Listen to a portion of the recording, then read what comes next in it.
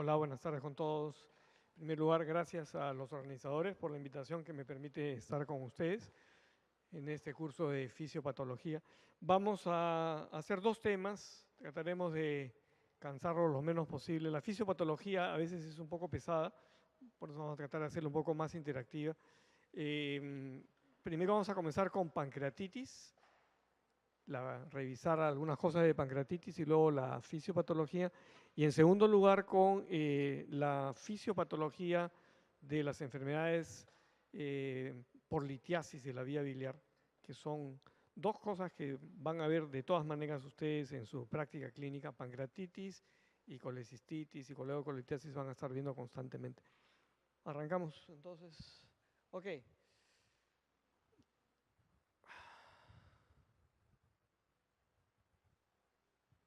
Vamos a presentarles un caso clínico que es lo que se ve todos los días en las emergencias y que ustedes cuando sean internos lo van a ver, un caso clínico de pancreatitis. Este es un paciente varón de 52 años de edad, es un paciente alcohólico crónico que llega a la emergencia del hospital. Este es un caso real que ha pasado y que lo van a ver ustedes, se va a repetir.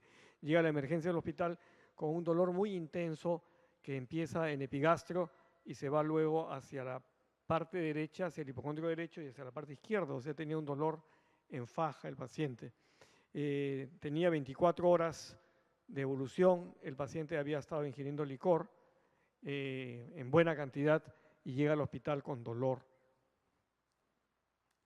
Este paciente, hallazgos que se le encuentran, tiene un índice de masa corporal en 37, es un paciente obeso, presenta una frecuencia cardíaca de 110, una PA de 90/40, una frecuencia respiratoria incrementada hasta en 26 y tenía fiebre el paciente. Entonces el paciente, por historia clínica, por antecedentes, se hace la presunción diagnóstica de que tiene una posibilidad de un cuadro de pancreatitis aguda. Se pide, cuando uno tiene un paciente que llega a la emergencia y tiene dolor, y tiene un dolor en faja, es un dolor intenso, es un dolor que tiene varias horas y tiene antecedentes, el paciente, uno piensa en pancreatitis y pide amilasa. Amilasa y le pasa. No hay emergencia que no haga amilasa, que ustedes pueden hacer el diagnóstico, y el diagnóstico se hace por cuadro clínico e incremento de amilasa. Este paciente tenía 1300 de amilasa. La amilasa, como ustedes saben, los valores normales son por debajo de 130. Entonces tenía amilasa elevada, tenía 21.000 leucocitos, o sea, francamente el paciente tenía un cuadro de tipo inflamatorio o infeccioso. La urea estaba en niveles normales, la creatinina estaba moderadamente elevada, un hematocrito en 49. Si lo normal es a 45, quiere decir que estaba hemoconcentrado. Y tenía una bilirrubina total en 2.2 a predominio directo. Entonces es un paciente con diagnóstico de dolor abdominal, con amilasas positivas o elevadas, es igual a pancreatitis. Se hace una tomografía sin contraste en un primer inicio y se ve que hay un páncreas que está edematoso, por lo menos. Este paciente se tiene que internar, se tiene que hospitalizar para darle un tratamiento que ustedes ya lo conocen o lo van a ir conociendo, cuál es el tratamiento de urgencia en este paciente. El paciente no aceptó ser hospitalizado, el paciente le dijeron que tenía que quedarse sin comer, dijo: yo no me voy a quedar sin comer. Se fue el paciente, seguramente que no solamente comió, sino que siguió tomando licor, y este paciente llega 5 días después a la emergencia del hospital moribundo. El paciente se muere a las 24 horas, esta es su autopsia. Esto es todos los órganos viscerales, las vísceras, en la mesa de autopsia, y está visto de espaldas, o sea, se ha vaciado los órganos y se ha puesto en la mesa. El hígado está acá, el vaso está acá, acá está el páncreas probablemente, y todo esto está sancochado, inflamado totalmente. Eso es una pancreatitis aguda que puede ser mortal. Una pancreatitis aguda puede llegar a matar a un paciente, sobre todo si es que no recibe la atención adecuada. Acá fue culpa del paciente, no aceptó hospitalizarse, pero también a veces nosotros los médicos no hacemos lo correcto. Si no hacemos lo correcto, que ustedes tienen que saber el A, B, C y D de lo que se hace, también se nos puede morir el paciente. Y aún a veces, haciendo lo que uno debe hacer, la enfermedad de pancreatitis aguda puede ser mortal. El dolor abdominal súbito con incremento de enzimas pancreáticas en sangre y en orina es sinónimo de pancreatitis, es producida por un proceso inflamatorio en el páncreas. Se sancocha el páncreas, sin embargo, se extiende a otros órganos, como vamos a ver en la fisiopatología, y el paciente hace falla multisistémica, respiratoria, cardiovascular, renal a distancia. Ese es el drama de una pancreatitis. Afortunadamente el 80% son formas leves, pero hay un 20% de formas severas y con una mortalidad que es significativa según las estadísticas. Y no existe un tratamiento farmacológico que ustedes puedan decir, le doy tal o cual pastilla al paciente y se va a mejorar. Lo que hay que hacer es hospitalizar al paciente, dejarlo en NPA, hidratarlo bien al paciente y ver sus funciones vitales. Y ustedes lo van a aprender ustedes a hacer cuando estén en emergencia, cuando terminen sus estudios y los que terminen, y van a estar ustedes viendo en emergencia cuando pasen por medicina y cirugía también pacientes con pancreatitis. No se van a librar de ver a estos pacientes, por lo tanto hay que entender un poco los conceptos fisiológicos, fisiopatológicos, para que ustedes después puedan entender mejor, leer y aprender los conceptos de tratamiento en estos pacientes. El páncreas es un tejido muy blandito que queda en la mitad del cuerpo humano. Hacia adelante está el estómago, hacia atrás está la columna vertebral y páncreas es, acuérdense, retroperitoneal. Tiene solamente un reflejo visceral del reflejo del peritoneo visceral en la parte de adelante, pero hacia atrás no tiene peritoneo. Es de color amarillento, tiene una longitud de aproximadamente 20 centímetros, no pesa más allá de 100 gramos. Es bien pequeñito, no pesa mucho. En realidad es un órgano que tiene dos funciones, o sea, son dos órganos en uno. El páncreas es conocido como que tiene una función exocrina y una función endocrina. ¿Por qué endocrina? Porque ahí se produce la insulina. La insulina que ustedes saben que sirve para el metabolismo de los carbohidratos.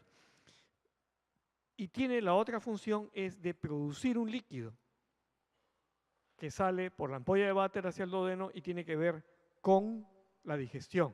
Entonces son dos órganos en uno. Lo que vamos a ver ahora es la función exocrina. La función endocrina la van a ver ustedes cuando hagan la parte de endocrinología, cuando vean y te repasen lo que es la diabetes mellitus.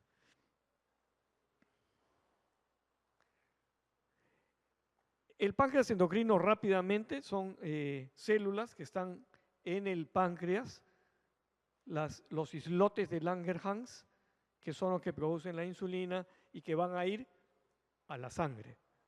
Producen insulina, que es una hormona que va a ir a la sangre y que eso va a ir a todo el circuito. No nos importa mucho en este momento lo que es la función endocrina, pero sí el páncreas exocrino.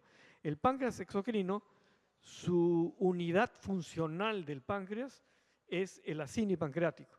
El acini pancreático está conformado por aproximadamente 20 a 50 células que están dispuestas, según esta microfotografía la pueden ver, en acinos.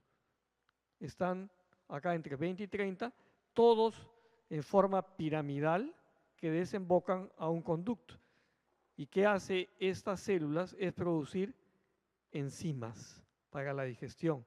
Acá pueden ver incluso los gránulos decimógeno que tiene el páncreas en sus acinis, que luego van a pasar a el conducto pancreático, el de Wilson y Santorini, y de ahí van a pasar al duodeno y van a hacer la digestión. ¿De quién? De carbohidratos, de grasas, de moléculas de tipo proteicas. Entonces, la función exocrina del páncreas, cuando se altera, esa es la fisiopatología, es la que nos va a dar la pancreatitis, no la función endocrina. La secreción pancreática está compuesta, es un líquido que sale desde los acinis, se acumula en el páncreas y luego sale hacia el intestino y está compuesta básicamente por agua, es muy rica en agua, tiene bicarbonato y los componentes enzimáticos para la digestión de los carbohidratos, proteínas y grasas. Estos son los acinis pancreáticos que van a desembocar en el conducto pancreático y estos son los islotes de Langerhans que tienen que ver con la parte endocrina. Entonces, si ustedes se acuerdan un poquito de la anatomía, el páncreas está localizado en contacto con el duodeno. En la segunda porción del duodeno está la ampolla de Vater, donde desemboca todo lo que se produce en el páncreas, en todos estos acinis, a través de varios filamentos que son los conductillos pancreáticos que llevan las enzimas a un canal que se llama el canal de Wilson, que desemboca en el duodeno y que va a entrar en la digestión. Aproximadamente el ser humano produce entre 400 y 600 mililitros diarios de líquido pancreático de secreción pancreática. Entonces, mientras esto funcione bien, mientras se produzca en el páncreas las enzimas pancreáticas y salga al duodeno, existe la digestión de las grasas, de los carbohidratos y de las proteínas. Si no hay páncreas exocrino, el paciente no va a digerir bien las grasas, no va a digerir bien los carbohidratos.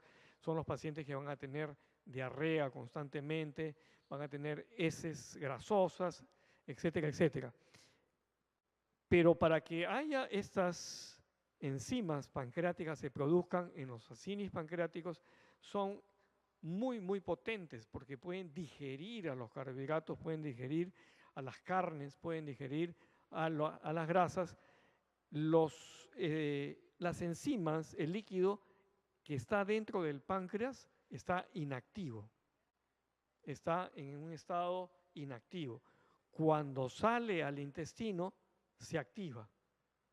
Pero si es que hay algún problema en que no puede salir la secreción pancreática hacia el duodeno, el páncreas, que es muy blandito, que es un órgano pequeño, se digiere a sí mismo.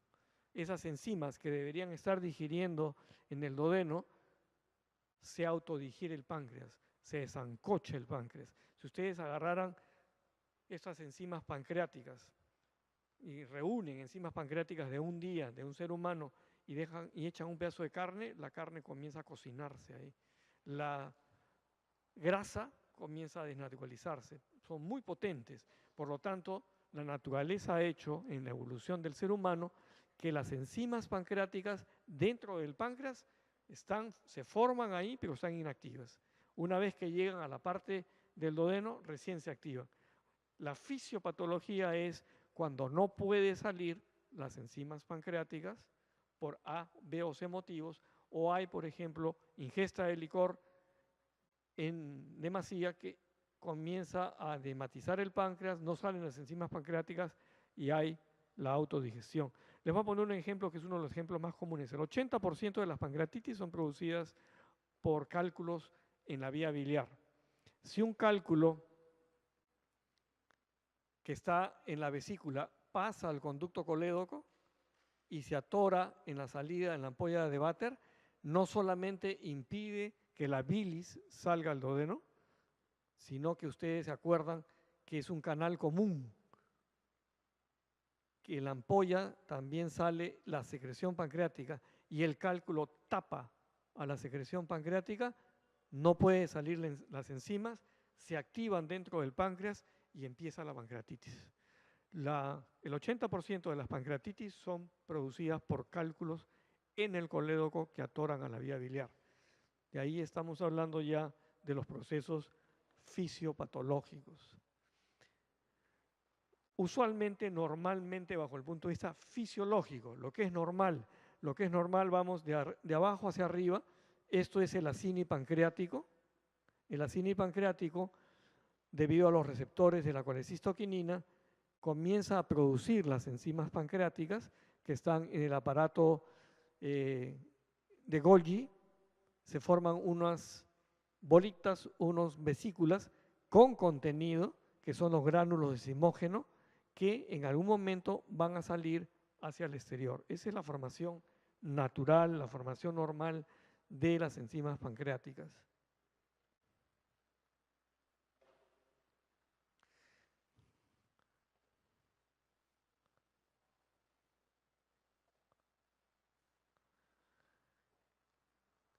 En este slide lo que ustedes pueden ver es el páncreas, que tiene las enzimas inactivas dentro del páncreas, y esto es las células del duodeno.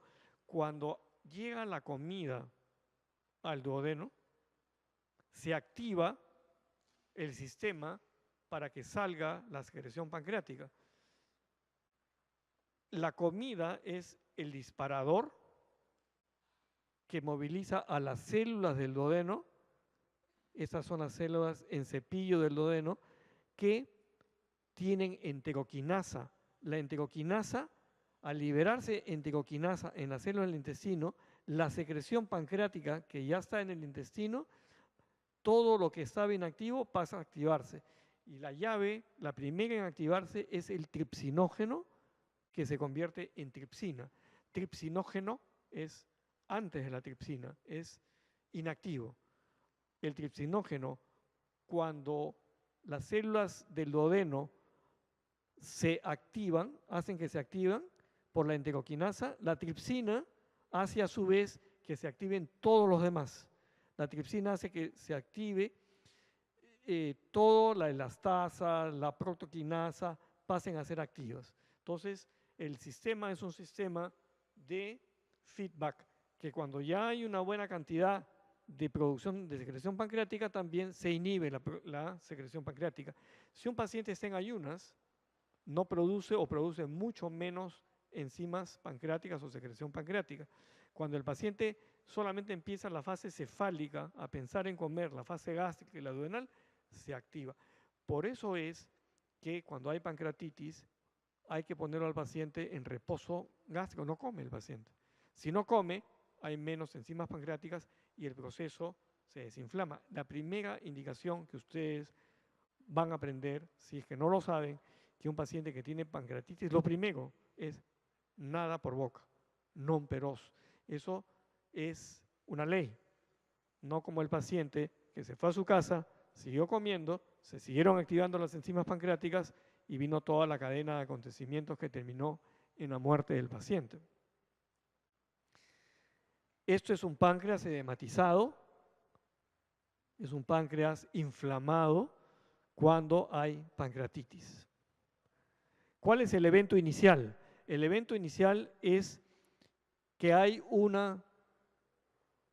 dos causas por las cuales se puede formar la pancreatitis. La pancreatitis de tipo biliar y la pancreatitis por ingesta de alcohol. El 80% está ahí. ¿Cómo se inicia la pancreatitis biliar? La pancreatitis biliar se inicia por un reflujo de bilis en el conducto pancreático por obstrucción transitoria de la ampolla durante el paso de cálculos o obstrucción definitiva. O sea, cálculos en el colédoco, buena posibilidad de pancreatitis. Y eso resulta en un edema, mientras el cálculo está atorado en en el páncreas, en el conducto del colédoco, el páncreas se inflama y empieza la cascada.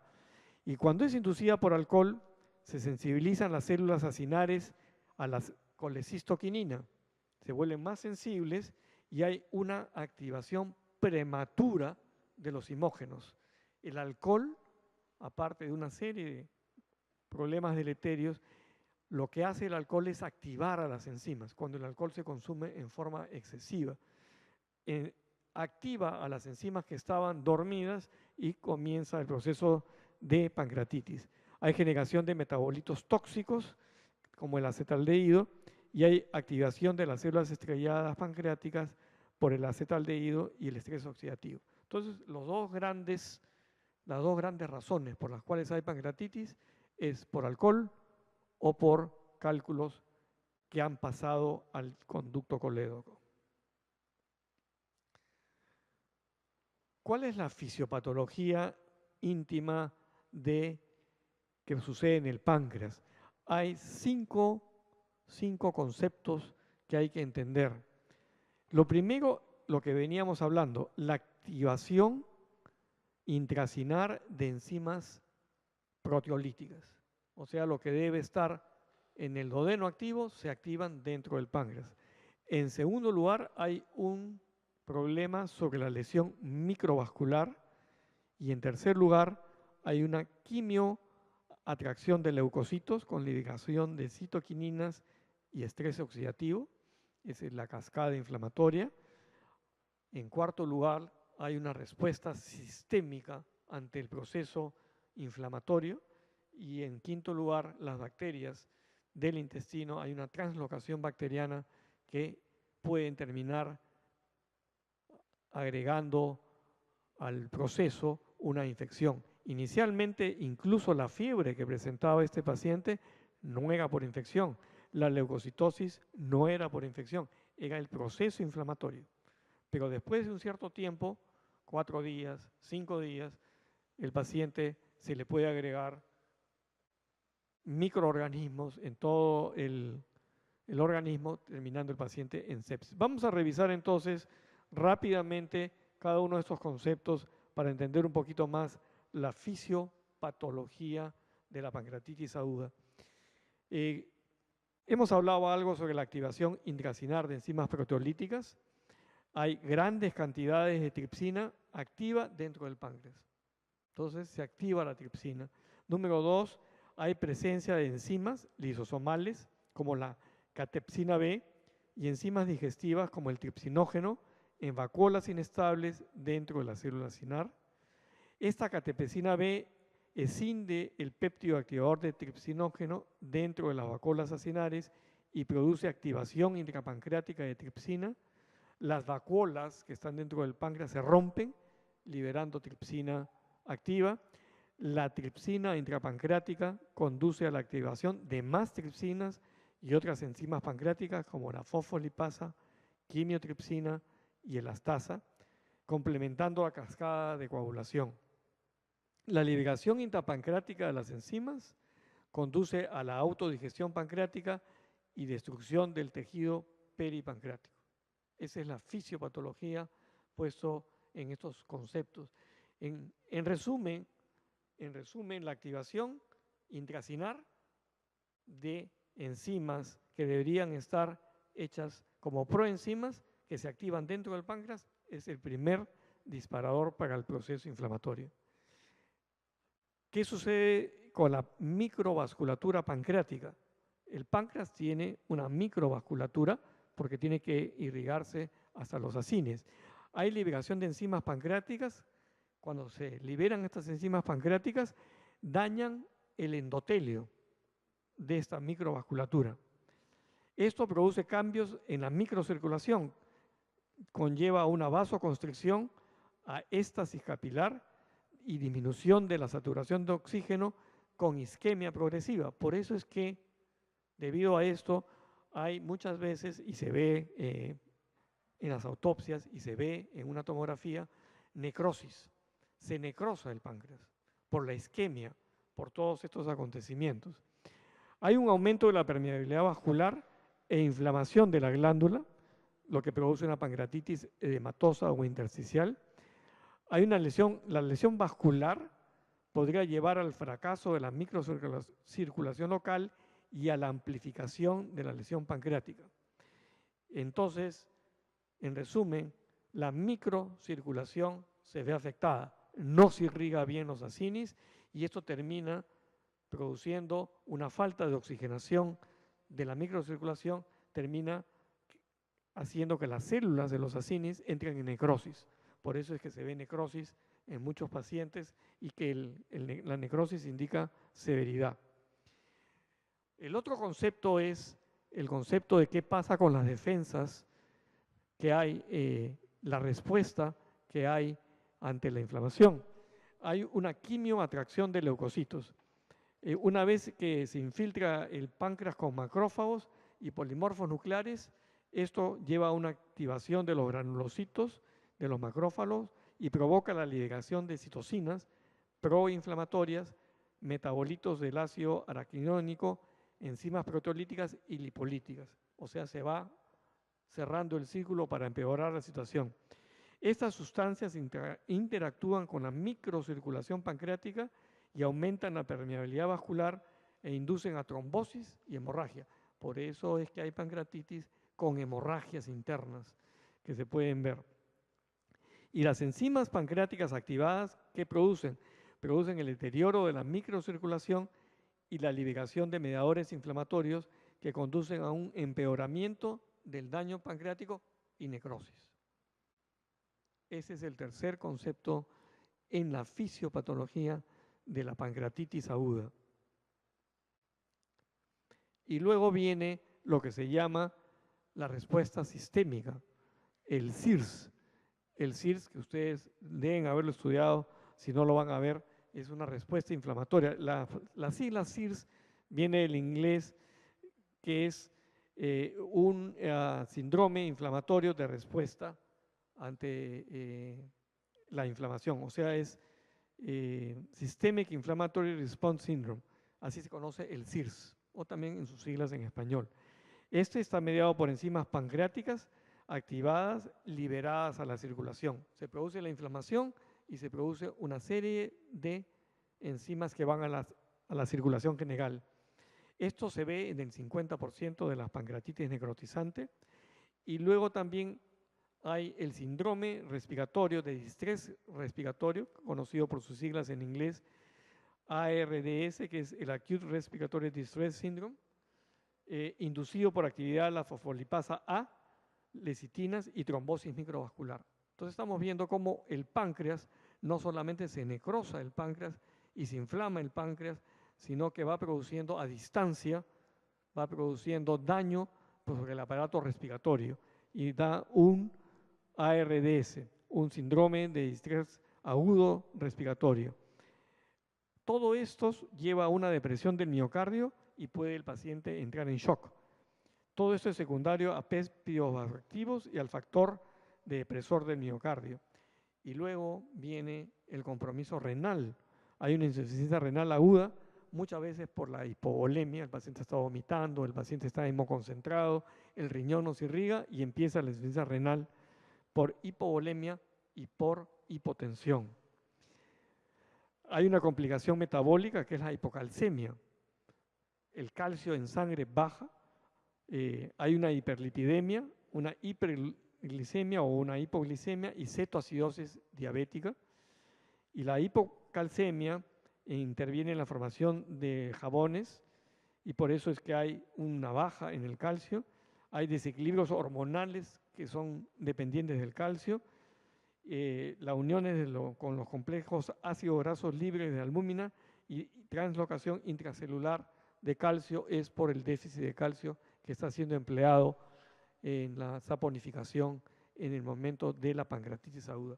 Todos estos eventos han sido estudiados, se conocen actualmente por qué es que una pancreatitis puede llegar a ser tan severa. Y finalmente la translocación bacteriana, con todos estos enzimas en el intestino, la barrera del intestino se ve comprometida y se procede o se conduce a una translocación de bacterias. lo cual puede resultar en una infección local o sistémica. La ruptura de la barrera intestinal es consecuencia de la isquemia debido a la hipovolemia. La infección bacteriana local de los tejidos pancreáticos y peripancreáticos se produce en el 30% de los pacientes con pancreatitis aguda grave. No todos los pacientes con pancreatitis aguda terminan en sepsis, el 30%. Lo que se ha visto es que la nutrición integral en estos pacientes mantiene la función de barrera del intestino y se asocia con una disminución de translocación bacteriana. O sea, cuando se pone en reposo al páncreas, no se alimenta por vía oral, sino al paciente se le alimenta por nutrición integral o parenteral. Acá tienen ustedes, en resumen, todo lo que es los acontecimientos de la pancreatitis aguda, la activación de la tripsina, que lleva a una activación de la bradyquinina, lleva a una vasodilatación con fragilidad vascular, que termina en hipovolemia y shock. Lo mismo la elastasa, hay daño vascular que lleva a hipovolemia, hay un factor de presión miocárdico que lleva a una disminución del output cardíaco, el paciente vomita o tiene diarrea, tiene pérdida de electrolitos y fluidos, lleva una hipovolemia. Entonces, el paciente entra en shock, es el paciente que no bombea bien su corazón y es el paciente que hace hipotensión arterial. Cuando hay hipotensión, cifras de 90, 80 de sistólica, 30, 40 de mínima, estos pacientes ya están en problemas serios. Y la activación de la fosfolipasa lleva a un edema pulmonar y a una disnea.